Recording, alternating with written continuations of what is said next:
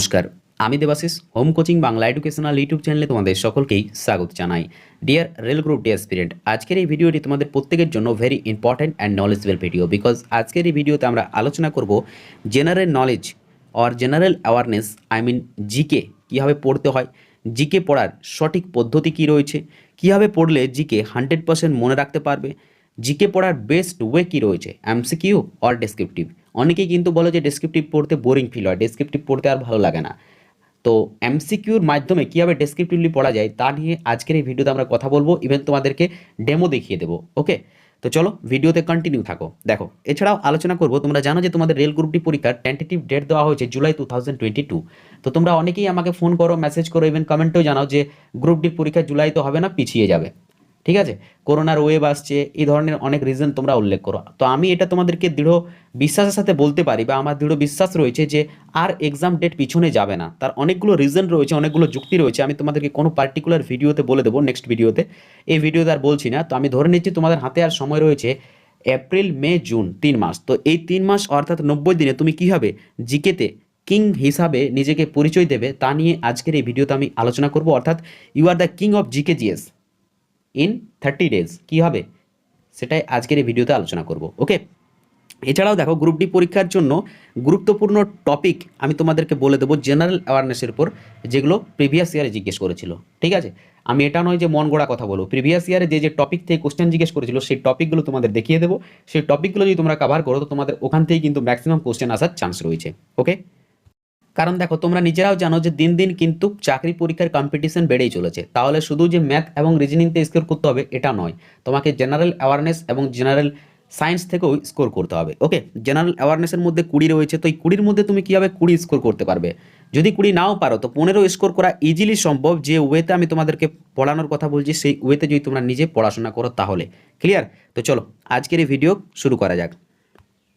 দেখো, তোমরা জানো যে আমি এক্সাম্পল জন্য বেস্ট বই হিসাবে রিকমেন্ড করি তোমাদেরকে ইউথের বই, কারণ এই বইতে কোনো মন গড়া কোশ্চেন নেই, সমস্ত কোশ্চেন রয়েছে তোমাদের প্রিভিয়াস ইয়ার কোশ্চেন। আর এই বইটাতে chapter wise, topic wise question রয়েছে। তোমাদেরকে আমি টপিকগুলো দেখিয়ে দেবো, বাট তোমরা জিকের জন্য যে এই বইটাই পড়বে এমনটা নয়। জিকের জন্য তোমরা আদার্স বই থেকেও এই টপিকগুলো কভার করতে পারো।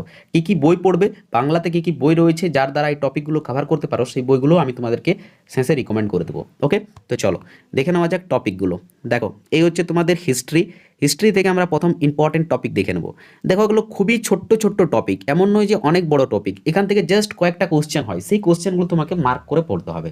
ওকে, দেখো, প্রথমে আমরা এশিয়ান হিস্ট্রি নিয়ে আলোচনা করছি। তো এই যে তোমরা দেখতে পাচ্ছ, ইন্ডাস ভ্যালি সিভিলাইজেশন এবং বৈদিক সিভিলাইজেশন, এই দুটো যে টপিক রয়েছে, এই দুটো টপিককে একটা চ্যাপ্টারের মধ্যে ম্যাক্সিমাম বইতে তোমরা পেয়ে যাবে। ঠিক আছে, বা এর আগে যেগুলো আমরা প্রাক ঐতিহাসিক যুগ বলি, সেটারও কিন্তু এই দুটো টপিকের মধ্যে ইনক্লুড করা হয় বাংলায় যে সমস্ত বইগুলো রয়েছে সেই বইগুলোর মধ্যে। ওকে, তো কীভাবে তোমরা পড়বে তা নিয়ে পরে তোমাদেরকে ডেমো দেখিয়ে দেবো। ঠিক আছে, এই দুটো চ্যাপ্টার থেকে তোমরা ইজিলি কীভাবে কোশ্চেনগুলো কভার করে নেবে ডেসক্রিপটিভলি এমসিকিউর মাধ্যমে তা নিয়ে পরে তোমাদেরকে ভিডিও দেখিয়ে দিচ্ছি, চাপ নেই। আমি একটা জিকে পেড কোর্সের ভিডিও এর মধ্যে ডেমো দেখার জন্য তোমাদেরকে এড করে দেবো। ওকে, তো যাই হোক, এই হচ্ছে ইম্পর্টেন্ট টপিক। দেখো, এখানে মহাজন পিরিয়ড রয়েছে, জৈনিজম, বুদ্ধিজম। ঠিক আছে, এখানে রয়েছে মোর্জ আম্পিয়ার এর মধ্যে। ঠিক আছে, খুবই ইম্পর্টেন্ট টপিক।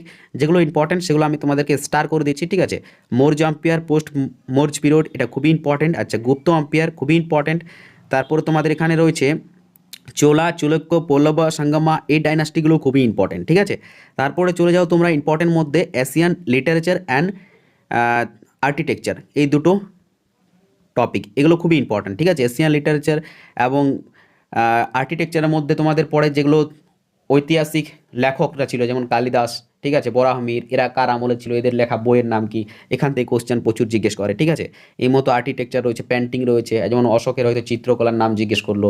ঠিক আছে, তো এই টাইপের কোশ্চেন। আচ্ছা, এবার দেখো, তোমাদের এখানে এশিয়ান হিস্ট্রি শেষ হয়ে যাচ্ছে। ঠিক আছে, রাজপুত ডাইনাস্টি থেকে তেমন একটা কোশ্চেন জিজ্ঞেস করে না, তবু তোমরা পড়তে পারো, জাস্ট ছোট্ট একটা টপিক। ওকে, আচ্ছা, এরপর তোমরা চলে আসছো মিডবেল হিস্ট্রিতে। ওকে, মিডবেল হিস্ট্রিতে কী কী পড়বে? দেখো, খুবই ইম্পর্টেন্ট হচ্ছে তোমাদের প্রথমেই যেটা আরবরা আক্রমণ করছে ভারতে, সেটা মোহাম্মদ গজনবী, মোহাম্মদ ঘোরি, এ রিলেটেড কোশ্চেন। তারপরে রয়েছে তোমাদের দিল্লি সালতানাত। ঠিক আছে, এটা খুবই ইম্পর্টেন্ট। দিল্লি সালতানার মধ্যে কোন কোন রাজা রাজ করছে, ঠিক আছে, যেমন সেলফ ডাইনাস্টি থেকে, খিলজি ডাইনাস্টি থেকে, তুগলক ডাইনাস্টি থেকে, লোধি ডাইনাস্টি থেকে কে কে কী কাজ করছে, এখানে তাদের শ্রেষ্ঠত্ব, এই নিয়ে অনেক কোশ্চেন হয়। ঠিক আছে, ছোটো ছোটো কোশ্চেন, সেগুলো তোমরা জেনে নেবে কাকে কি বলা হতো, তাদের আমলে কি কি প্রথা প্রচলন হয়েছিল, এই ধরনের কোশ্চেন এখান থেকে হয়। ওকে, আচ্ছা এবার দেখো তারপরে রয়েছে কি আর্কিটেকচার ইন সুলতান পিরিয়ড, অর্থাৎ এই যে দিল্লি সালতানাত এর মধ্যে তোমাদের কি কি আর্ট হয়েছিল, ঠিক আছে, কি কি আর্কিটেকচারের কাজ হয়েছিল সেই সম্পর্কে কোশ্চেন জিজ্ঞেস করে, যেমন কুতুব মিনার কখন তৈরি হয়েছিল, কে তৈরি করেছিল, এই টাইপের কোশ্চেন জিজ্ঞেস করে। ওকে, আচ্ছা এরপরে দেখো তোমরা চলে আসছো এই জায়গাতে ভক্তি ও সুফি মুভমেন্ট, এটা ভেরি ইম্পর্টেন্ট, ঠিক আছে, এটা কিন্তু মার্ক করে রাখবে, এখান থেকে কোশ্চেন জিজ্ঞেস করে। তারপরে মুঘল পিরিয়ড, এটা ভেরি ভেরি ইম্পর্টেন্ট, এখান থেকেও কোশ্চেন জিজ্ঞেস করে। মুঘলের মধ্যে তোমরা বাবর, শেরশাহ, আকবর এই তিনটা জিনিস পড়বে, তারপরে ঔরঙ্গজেব, ঠিক আছে, শাহজাহান, জাহাঙ্গীর, এগুলো সবগুলো ইম্পর্টেন্ট রয়েছে, এখান থেকে কোশ্চেন জিজ্ঞেস করে, ঠিক আছে। আচ্ছা, আর তারপরে তোমরা নেক্সট ইম্পর্টেন্ট টপিক হিসাবে ধরে নেবে literature during Mughal period, Mughal পিরিয়ডের মধ্যে, ঠিক আছে, যেমন তানসেনের লেখা বইয়ের নাম হতে পারে, তানসেন কে ছিল, এই টাইপের কোশ্চেন, ঠিক আছে। আচ্ছা, মুঘলদের আর্ট নিয়ে কোশ্চেন জিজ্ঞেস করে, এটা একটা ইম্পর্টেন্ট টপিক। বাকি তোমাদের এখান থেকে আর তেমন ইম্পর্টেন্ট দেখাচ্ছে না মিডওয়েল থেকে। এবার মডার্ন হিস্ট্রিতে চলে আসো, ঠিক আছে। মডার্ন হিস্ট্রির মধ্যে কী কী পড়বে, মডার্ন হিস্ট্রির মধ্যে তোমরা পড়বে, দেখো এখানে রয়েছে তোমাদের ভেরি ইম্পর্টেন্ট বলতে ইন্ডিপেন্ডেন্ট কিংডমস, এই যে তোমাদের বাংলার যে হায়দার আলী, ঠিক আছে, বা মহীশূর, মানে বাংলার যে ভাগগুলো ঠিক ছিল সেখান থেকে কী কী যুদ্ধ হয়েছিল, এখান থেকে কিছু কোশ্চেন জিজ্ঞেস করে, ঠিক আছে। আচ্ছা, তারপরে তোমরা চলে আসবে কোথায় বলো তো, একবারে চলে আসবে তোমাদের ইস্ট ইন্ডিয়া কোম্পানি যখন ভারতে এন্টার করছে, ঠিক আছে, সেই টাইমটাতে। ওকে, ওটা একটু আগেই চলে যাচ্ছে তোমাদের, ওটাকে মিডওয়েলের মধ্যে ঢুকিয়ে দেওয়া হয়। তোমরা এখানে মডার্ন বলতে চলে আসবে এই জায়গাতে রিভোল্ট অফ 57, অর্থাৎ যে মহাবিদ্রোহ হয়েছিল সেই মহাবিদ্রোহ খুবই ইম্পর্টেন্ট, এখান থেকে কোশ্চেন জিজ্ঞেস করবে, ঠিক আছে। কোশ্চেন জিজ্ঞেস করে development education in modern India, ওই যে তোমাদের গভর্নররা আসছে, ঠিক আছে, সেই গভর্নররা কী কী পলিসি নিয়ে আসছে, তারা যে ভারত শাসন আইন আনছে, ঠিক আছে, যে সমস্ত বিলগুলো আনছে সেই বিলগুলো সম্পর্কে কিছু কোশ্চেন জিজ্ঞেস করে। এক কথায় গভর্নর জেনারেল এখান থেকে কোশ্চেন জিজ্ঞেস করে, ঠিক আছে। তো ইস্ট ইন্ডিয়া কোম্পানির যে প্রথম গভর্নর জেনারেল হচ্ছে, ঠিক আছে, রবার্ট ক্লাইভ, সেইখান থেকে তোমাদের কোশ্চেন শুরু করে, আর বাকি 1857 পর্যন্ত ওই গভর্নরের উপরেই জেনারেলি কোশ্চেনগুলো জিজ্ঞেস করে, ঠিক আছে। তো এবারে দেখো তারপরে ইম্পর্টেন্ট টপিক তোমাদের রয়েছে এখানে সোশ্যাল অ্যান্ড রিলিজিয়ন মুভমেন্ট, ঠিক আছে, আমাদের যে জাতীয়তাবাদী আন্দোলনগুলো সেখানে এখানে জিজ্ঞেস করছে। ন্যাশনাল কংগ্রেস ভেরি ইম্পর্টেন্ট, এখান থেকে কোশ্চেন জিজ্ঞেস করে। পার্টিশন অফ বেঙ্গল, মানে 1905 সালে যে বেঙ্গল বিভাজন, সেখান থেকে। মুসলিম লীগ, আচ্ছা দিল্লি দরবার, তারপরে রয়েছে home rule movement, revolutionary movement, Rowlatt act, Jallianwalabagh Mysore, এগুলো খুবই ছোট্ট ছোট্ট টপিক, এখান থেকে কোশ্চেন জিজ্ঞেস করেছে, ঠিক আছে। আচ্ছা, তারপরে দেখো এখানে রয়েছে তোমাদের কি স্বরাজ পার্টি রয়েছে, মহাত্মা গান্ধী অর্থাৎ তার যে আন্দোলন সেইগুলো কোশ্চেন, ঠিক আছে। আচ্ছা, এখানে সিমন্স কমিশন, গান্ধী ইরভিন যে চুক্তি, যে থার্ড টেবিল কনফারেন্স, মানে তিনটা যে রাউন্ড টেবিল কনফারেন্স হয়েছিল সেই সম্পর্কে কোশ্চেন।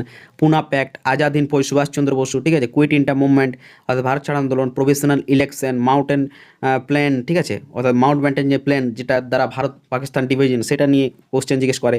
গভর্নর রয়েছে, গভর্নর জেনারেল রয়েছে, ভাইস রয়, এখান থেকে কোশ্চেন জিজ্ঞেস করে। ওকে, আচ্ছা, আর তো তেমন তোমাদের ইতিহাসে কোনো কোশ্চেন জিজ্ঞেস করার মতো নেই। ইন্ডিয়া আফটার ফ্রিডম, এখান থেকে তেমন কোনো কোশ্চেন জিজ্ঞেস করে না। কিছু কিছু রয়েছে, যেমন ভোপাল গ্যাস কাণ্ড, এটা একটা কোশ্চেন জিজ্ঞেস করে, ঠিক আছে।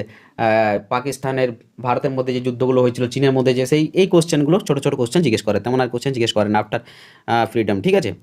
আচ্ছা চলো নেক্সট দেখো এবার ইন্ডিয়ান পলিটি, অর্থাৎ তোমরা চলে আসছো কোথায়, রাষ্ট্রবিজ্ঞান। ইন্ডিয়ান পলিটির মধ্যে তোমরা পড়বে কি, সব থেকে ইম্পর্টেন্ট হচ্ছে সোর্স অফ ইন্ডিয়ান কনস্টিটিউশন, অর্থাৎ ইন্ডিয়ান কনস্টিটিউশনের যে সোর্স সেটা কি, ঠিক আছে।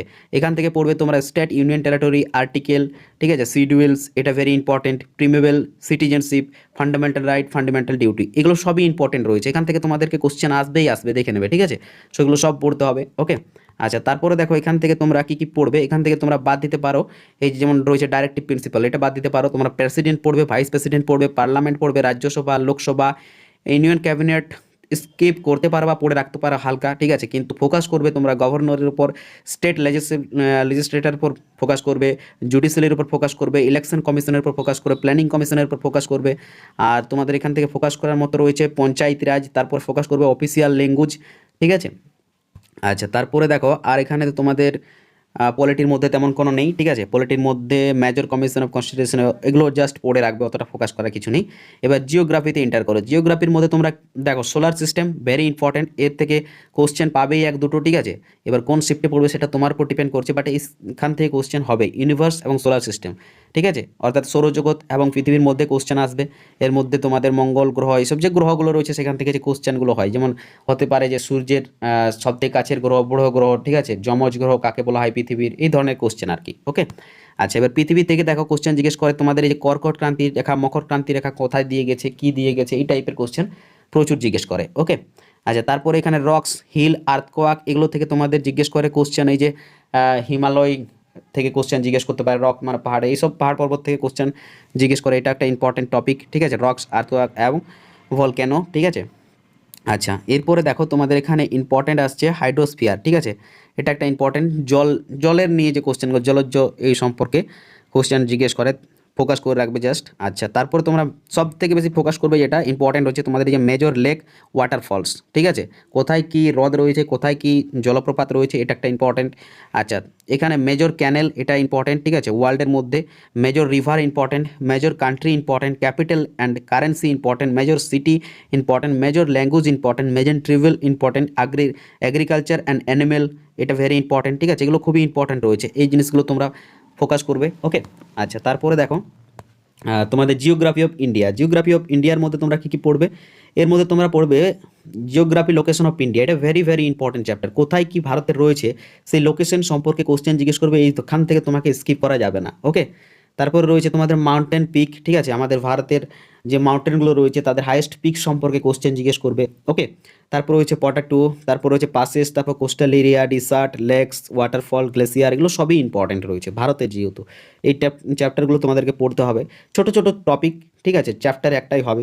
তারপর দেখো এখানে রয়েছে তোমাদের drainage system, river valley project, climate of India, soil India, এগুলো সবই ইম্পর্টেন্ট। আচ্ছা ফরেস্ট, ওয়াইল্ড লাইফ, ভেজিটেশন এখানে রয়েছে, এগ্রিকালচার রয়েছে, এখান থেকে তোমাদের এই যেগুলো দেখতে পাচ্ছ সবগুলোই প্রায় ইম্পর্টেন্ট রয়েছে, এগুলো সব তোমাদের পড়তে হবে, ছোট্ট ছোট্ট টপিক, কিন্তু টপিকগুলোকে স্কিপ করা যাবে না। ক্লিয়ার? চলো নেক্সট দেখো তোমাদের এখানে রয়েছে আর জিওগ্রাফির মধ্যে তোমাদের স্টেট অ্যান্ড ইউনিয়ন টেরিটরি, এগুলো পড়বে, ঠিক আছে। তারপরে এখানে major city located on river, এটা একটা ইম্পর্টেন্ট, ঠিক আছে, এটা পড়ে নেবে। আর এখানে রয়েছে দেখো ট্রিবিউস অফ ইন্ডিয়া, এটা পড়ে নেবে, ঠিক আছে, এগুলো ইম্পর্টেন্ট। ওকে চলো এবার ইকোনমিক্সের মধ্যে দেখো, ইকোনমিক্সের মধ্যে তোমাদের কোশ্চেন জিজ্ঞেস করে থিওরি অফ ইকোনমি থেকে, principal of economy, types of sector, এটা ভেরি ইম্পর্টেন্ট, এই যে থিওরি অফ ইকোনমি আর টাইপস অফ সেক্টর, এখান থেকে কোশ্চেন জিজ্ঞেস করে, ঠিক আছে, এটা ইম্পর্টেন্ট। তারপরে দেখো রয়েছে তোমাদের ইকোনমিক ডেভেলপমেন্ট অ্যান্ড রয়েছে তোমাদের ন্যাশনাল ইনকাম অ্যান্ড মেজারমেন্ট, এগুলো ইম্পর্টেন্ট রয়েছে, এই জায়গাটা তোমরা পড়ে নেবে, ঠিক আছে, এটা হচ্ছে ইকোনমির জন্য ইম্পর্টেন্ট। ওকে চলো এবার নেক্সট দেখো তোমাদের ইকোনমির জন্য আর ইম্পর্টেন্ট এখানে তো নেই। এবার ট্রেডিশনাল জিকে অর্থাৎ স্ট্যাটিক জিকে যেটাকে বলি, তার মধ্যে ইম্পর্টেন্ট রয়েছে তোমাদের dance, music, art, painting, famous book and author, রয়েছে তোমাদের day, national international organisation, defence technology, space science, এটা ভেরি ইম্পর্টেন্ট, ঠিক আছে, প্রাইজ রয়েছে, সিনেমা রয়েছে, major news agency, security agency, world heritage site, first in India, ঠিক আছে, অর্থাৎ ভারতের প্রথম মহিলা পুরুষ, এই টাইপের question, smallest, biggest, longest, major place, এগুলো খুবই ইম্পর্টেন্ট। আচ্ছা তারপরে আর তো নেই, এগুলো হচ্ছে স্ট্যাটিক জিকে। তো এই হচ্ছে তোমাদের জেনারেল অ্যাওয়ারনেসের ইম্পর্টেন্ট টপিক। ক্লিয়ার? তো এবার চলো তোমাদেরকে আমি একটা ডেমো দেখিয়ে দিচ্ছি যে কীভাবে তোমরা জিকে পড়বে, ঠিক আছে, কারণ তোমরা অনেকেই হয়তো আমাকে বলবে যে জিকে জন্য বেস্ট বই কী। এবার তো দেখো জিকের জন্য যদি তোমাদেরকে আমি বেস্ট বই রিকমেন্ড করি, তো বাংলাতে যদি বই নিতে চাও তো তোমরা নিতে পারো ক্র্যাক ডাব্লিউবিসিএস, ঠিক আছে, যে কোনো এক্সামের জন্য ইম্পর্টেন্ট। নিতে পারো তোমরা নিতিন সিংহানিয়া স্যারের ডাব্লিউবিসিএস ম্যানুয়াল, যে কোনো পরীক্ষার জন্য ডাব্লিউবিসিএস ম্যানুয়াল নাও বা ক্র্যাক ডাব্লিউবিসিএস নাও, দুটো ইম্পর্টেন্ট বই। আর যদি তোমরা একদম মানে কী বলো নিম্নমানের লেভেল থেকে তোমরা শুরু করতে চাও, তাহলে তরুণ গুগল স্যারের জিকে বইটাও নিতে পারো, ওটাও রয়েছে। কিন্তু একটু যদি তোমরা ডিপলি পড়তে চাও তাহলে তোমাদের ডাব্লিউবিসিএস ম্যানুয়াল নিতে হবে, নতুবা ক্র্যাক ডাব্লিউবিসিএস নিতে হবে। ওকে আচ্ছা, 3টি বই জিকের জন্য এনাফ, এই টপিকগুলো সব কভার হয়ে যাবে তোমাদের জিকেতে, কোনো সমস্যা থাকবে না। ওকে আচ্ছা, হিন্দি আর যদি ইংরেজি বলো তো হিন্দি ইংরেজির জন্য তোমাদেরকে রিকমেন্ড করবো লুসেন্টের বই, ঠিক আছে, ওর বাইরে তোমাদেরকে আর যাওয়ার প্রয়োজন নেই, লুসেন্ট এনাফ, ঠিক আছে, অন্য কিছু পড়ার প্রয়োজন হবে না। বা তোমরা এই ইউথের বইটাও নিতে পারো, বাট এখানে তেমন একটা ডিটেলস পাবে না, জাস্ট এমসিকিউ কোশ্চেন রয়েছে আর এখানে ডিপলি নেই। ওকে চলো এবার তোমাদেরকে ডেমো সেশনটা আমি দেখিয়ে দিই, ঠিক আছে, দেখো ডেমোটা, আর ফিডব্যাকটা কিন্তু সকলেই জানাবে যে ডেমোটা আমি তোমাদেরকে দেখাচ্ছি সেটা তোমাদের কতটা হেল্পফুল, নলেজেবল মনে হয়েছে। আর যদি মনে হয় যে এই টাইপের ক্লাস আমাদের প্রয়োজন, ঠিক আছে, তাহলে তোমাদেরকে আমাদের কী বলবো পেড কোর্সে আসতে হবে, কারণ এই ধরনের ডিটেলসের ক্লাস আমি ইউটিউবে ছাড়ি না, ইউটিউবে যদি ছাড়ি তো ইন্টারেস্টেড হয় না স্টুডেন্টরা দেখতে, ঠিক আছে, বোরিং ফিল করে, তো এই জন্য আমি ইউটিউবে ছাড়ি না। যারা ইন্টারেস্টেড ক্যান্ডিডেট, যারা পছন্দ করে আমার পড়ানোর স্টাইল, তারাই আমার সাথে যুক্ত রয়েছে পেড কোর্সে, তাদেরকে এই ক্লাসগুলো প্রোভাইড করানো হয়, ঠিক আছে, বা ভবিষ্যতেও আরও ভালো হবে তাদেরকে প্রোভাইড করানো হবে। তো যাই হোক, যদি ডিটেলসে জানতে চাও তো ভিডিও ডিসক্রিপশন বক্সে ক্লিক করবে। ওকে, থ্যাঙ্কস ফর ওয়াচিং। এরপর আমরা ইতিহাসের আলোচনা শুরু করি। দেখো, ইতিহাস একবারেই প্রাচীন থেকে আমরা আলোচনা করব, অর্থাৎ পৃথিবী সৃষ্টির সেই শুরু থেকে আমরা ইতিহাস আলোচনা করব। ওকে, তো দেখো একবারেই প্রাচীন ইতিহাস থেকে, অর্থাৎ প্রাচীন প্রস্তর যুগ, মধ্য প্রস্তর যুগ, নব্য প্রস্তর যুগ, এখান থেকে পরীক্ষায় তেমন কোনো কোশ্চেন জিজ্ঞেস করে না, বা তাম্রযুগ, লৌহযুগ এখান থেকেও কোশ্চেন হয় না। কোশ্চেন হয় মূলত তোমাদের সিন্ধু সভ্যতা থেকে বা হরপ্পান বা ইন্ডাস ভ্যালি সিভিলাইজেশন থেকে তোমাদের কোশ্চেন হয়।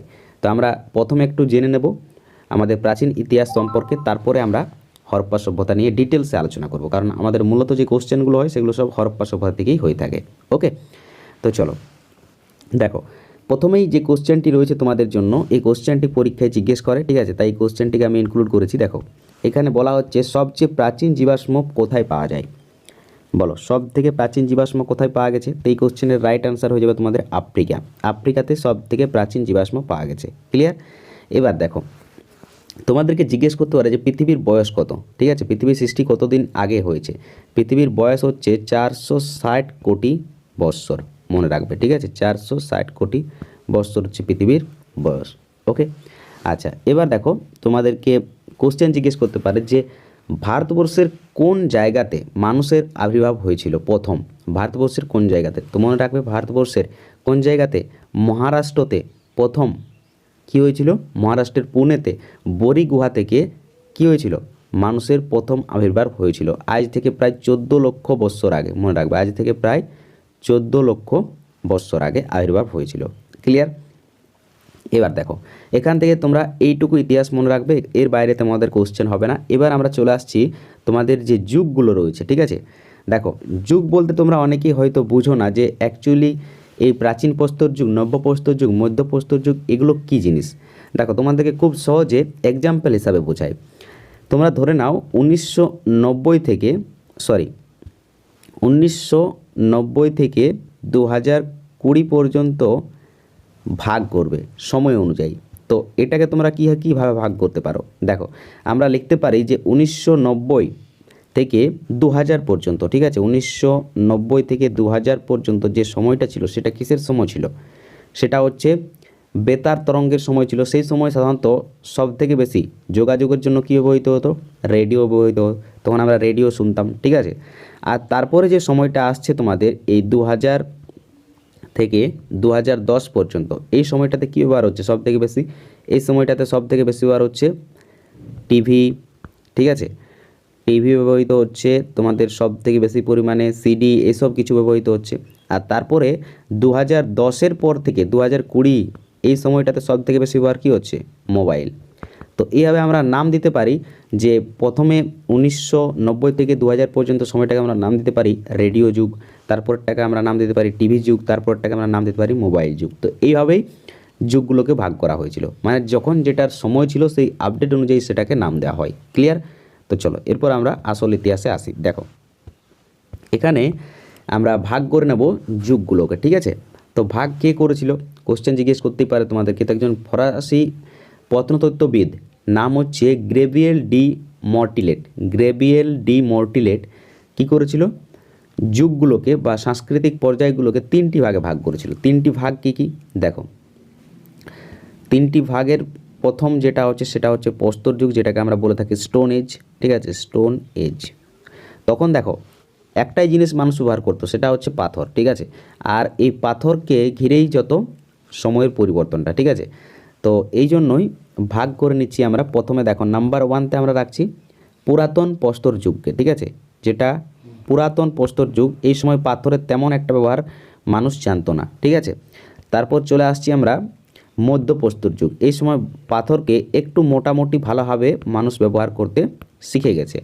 তারপর চলে আসছি নব্য প্রস্তর যুগ। এই সময় মানুষ পাথর থেকে অস্ত্র শুরু করে নিয়েছে, মানে পাথর থেকে অস্ত্র তৈরি শুরু করে নিয়েছে। ওকে, দেখো এই যে তোমরা দেখতে পাচ্ছ প্রাচীন প্রস্তর যুগ, মানে কতদিন পর্যন্ত আলোচনা করছি জানেন, আজ থেকে প্রায় 5 লক্ষ বৎসর আগের ইতিহাসকে বলা হয় প্রস্তর যুগ। আজ থেকে প্রায় 5 লক্ষ আগে, ঠিক আছে, 5 লক্ষ আগে, বুঝতে পারছো, 5 লাখ অ্যাগো আলোচনা করছি আমরা, ঠিক আছে, যেটাকে ইংরেজিতে কি বলা হয়, প্যালিওথিক এজ। ওকে, এবার দেখো এই যে পুরাতন বা প্রাচীন প্রস্তর যুগ, এটাকে আবার 3 ভাগে ভাগ করা হয়। এটার আবার 3টা স্টেজ রয়েছে। কি কি রয়েছে এর 3টা স্টেজ হচ্ছে, একটা হচ্ছে সর্বপ্রাচীন প্রস্তর যুগ, সর্বপ্রাচীন প্রস্তর যুগ, যেটাকে আমরা বলে থাকি আর্লি প্যালিওলিথিক এজ। ঠিক আছে। আচ্ছা, আরেকটা এর ভাগ রয়েছে যেটাকে বলা হয় মধ্যবর্তী প্রাচীন প্রস্তর যুগ, যেটাকে বলা হয় মিডিল প্যালিওলিথিক এজ। ওকে। আচ্ছা, আরেকটা ভাগ রয়েছে এর, যেটাকে বলা হয় উচ্চ অন্তিম প্রস্তর যুগ, যেটাকে বলা হয় ইংরেজিতে আপার প্যালিওলিথিক এজ। ঠিক আছে, ক্লিয়ার হয়েছে? তো প্রথমে হচ্ছে প্রস্তর যুগ, যেটাকে স্টোন এজ বলা হয়, তার তিনটা ভাগ, একটা হচ্ছে পুরাতন বা প্রাচীন প্রস্তর যুগ, একটা হচ্ছে মধ্য প্রস্তর যুগ, একটা হচ্ছে নব্য প্রস্তর যুগ। আর এই পুরাতন বা প্রাচীন প্রস্তর যুগের হচ্ছে আরও তিনটা ভাগ, যে তিনটা ভাগ কী কী রয়েছে, একটা হচ্ছে উচ্চ প্রাচীন প্রস্তর যুগ, একটা হচ্ছে মধ্যবর্তী প্রাচীন প্রস্তর যুগ, আর একটা হচ্ছে অন্তিম প্রাচীন প্রস্তর যুগ। ওকে, ক্লিয়ার হয়ে গেছে ততদূর পর্যন্ত? চলো, এরপর আমরা এখান থেকে কোশ্চেন দেখে নেব। ঠিক আছে, একটা কোশ্চেন জিজ্ঞেস করে প্রাচীন প্রস্তর যুগ থেকে, দ্বিতীয় নম্বর কোশ্চেনটা যেটা তোমরা দেখতে পাচ্ছ। দেখো, বিজ্ঞানী ব্রুস ফুট কত খ্রিস্টাব্দে প্রাচীন প্রস্তর যুগের নিদর্শন প্রথম আবিষ্কার করেন? এই কোশ্চেনটা তোমাদের জিজ্ঞেস করা হয়। তো এর আনসার হয়ে যাবে তোমাদের 1863। ঠিক আছে, বিজ্ঞানী ব্রুস ফুট 1863 খ্রিস্টাব্দে প্রাচীন প্রস্তর যুগের নিদর্শন আবিষ্কার করেছিলেন। ক্লিয়ার? খুবই ইম্পর্টেন্ট, মনে রাখবে। এবার দেখো, নেক্সট যে কোশ্চেনটা রয়েছে তোমাদের, প্রাচীন প্রস্তর যুগের অস্ত্রশস্ত্রের সমাবেশ কোন নদীর তীরে পাওয়া গেছে? প্রাচীন প্রস্তর যুগের যে অস্ত্রশস্ত্র, তার একটা সমাবেশ কোন নদীর তীরে পাওয়া গেছে?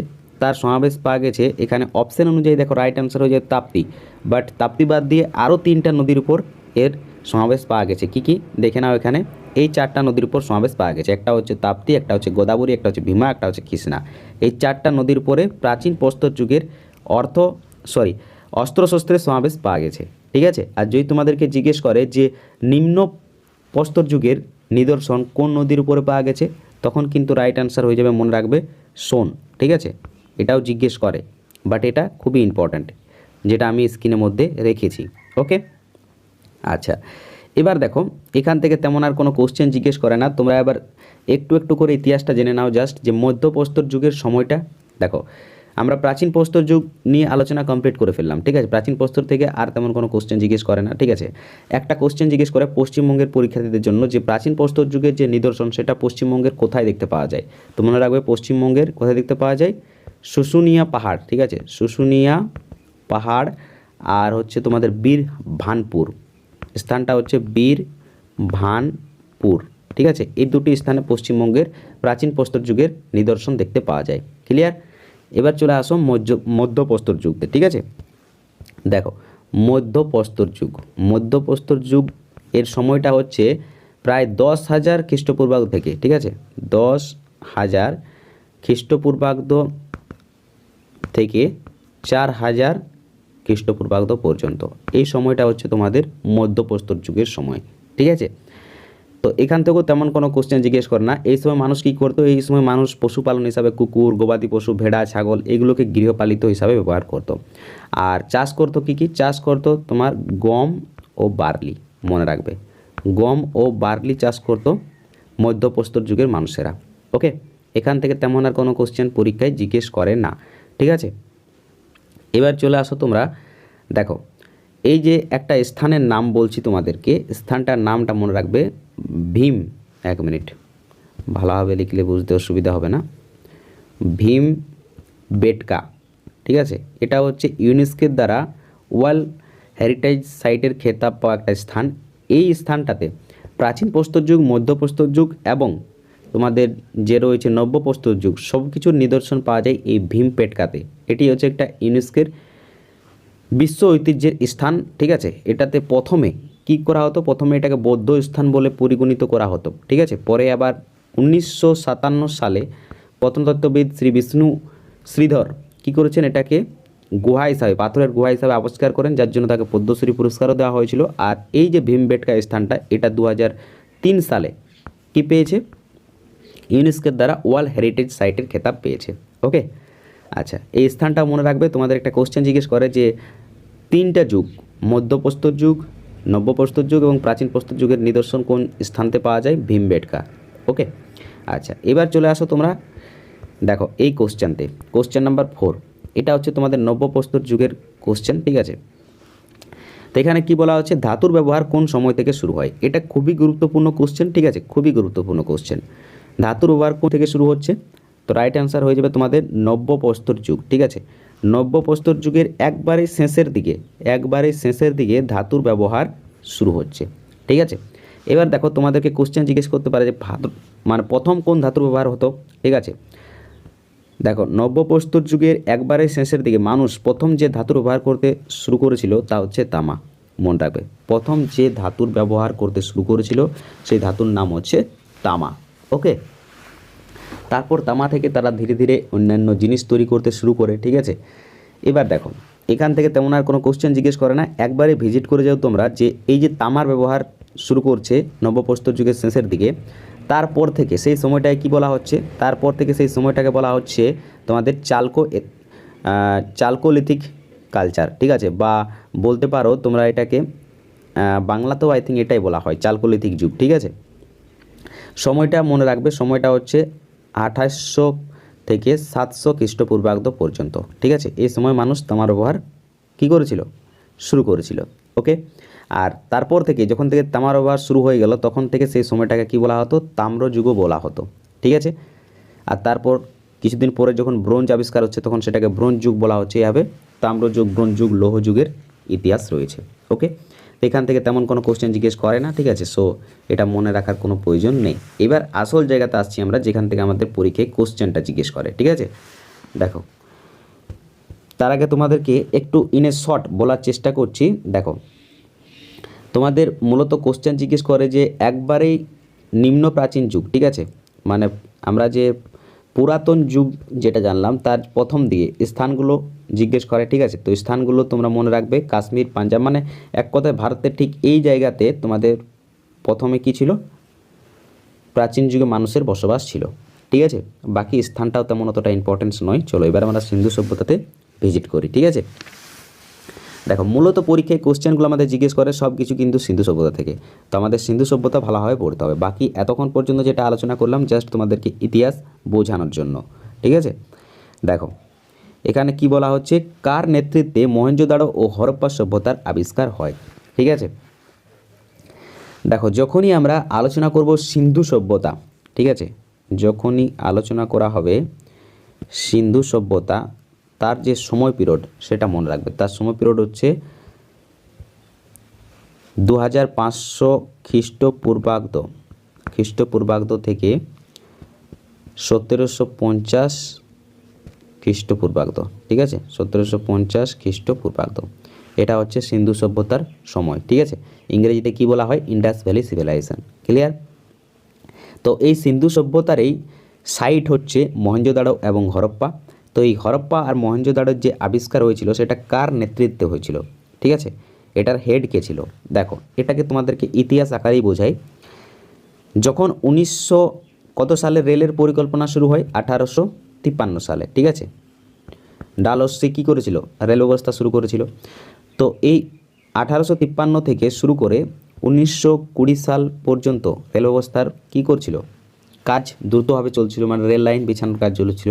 ঠিক যখনই রেল লাইন খননের কাজ চলছিল তখনই ভারতের ঠিক এই জায়গাটাতে, ঠিক আছে, ভারত ম্যাপের ঠিক এই জায়গাটাতে, মানে যে জায়গাটাতে মানুষের আবির্ভাব ছিল সেই জায়গাটাতে রেল খননের সময় হেড দায়িত্বে কে ছিলেন, জন মার্শাল।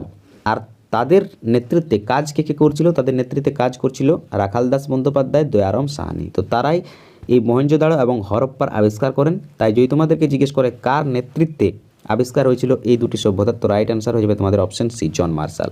ঠিক আছে, হেড দায়িত্বে ছিলেন জন মার্শাল, তাদের নেতৃত্বে মহেঞ্জোদাড়ো ও হরপ্পা সভ্যতার আবিষ্কার হয়। ওকে, এবার দেখো পুরো ক্লিয়ার হয়ে গেছে ইতিহাস।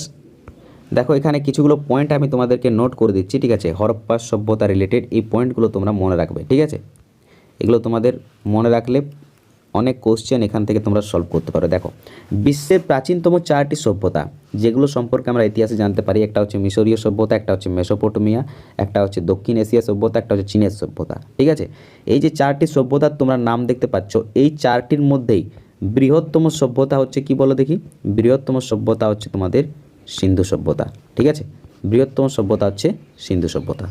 ওকে, দেখো সিন্ধু সভ্যতা সম্পর্কে এখানে কিছু ডাটা দেওয়া রয়েছে। এই 4টি সভ্যতার মধ্যে সবথেকে বৃহত্তম সভ্যতা হচ্ছে সিন্ধু সভ্যতা। আয়তন হচ্ছে 1.3 মিলিয়ন বর্গ কিমি। সিন্ধু সভ্যতার আকৃতিটা কেমন, এই যে বললাম তোমাদেরকে ভারতীয় ম্যাপের এই জায়গাটা থেকে ত্রিভুজ আকারে রয়েছে আকৃতি সিন্ধু সভ্যতার।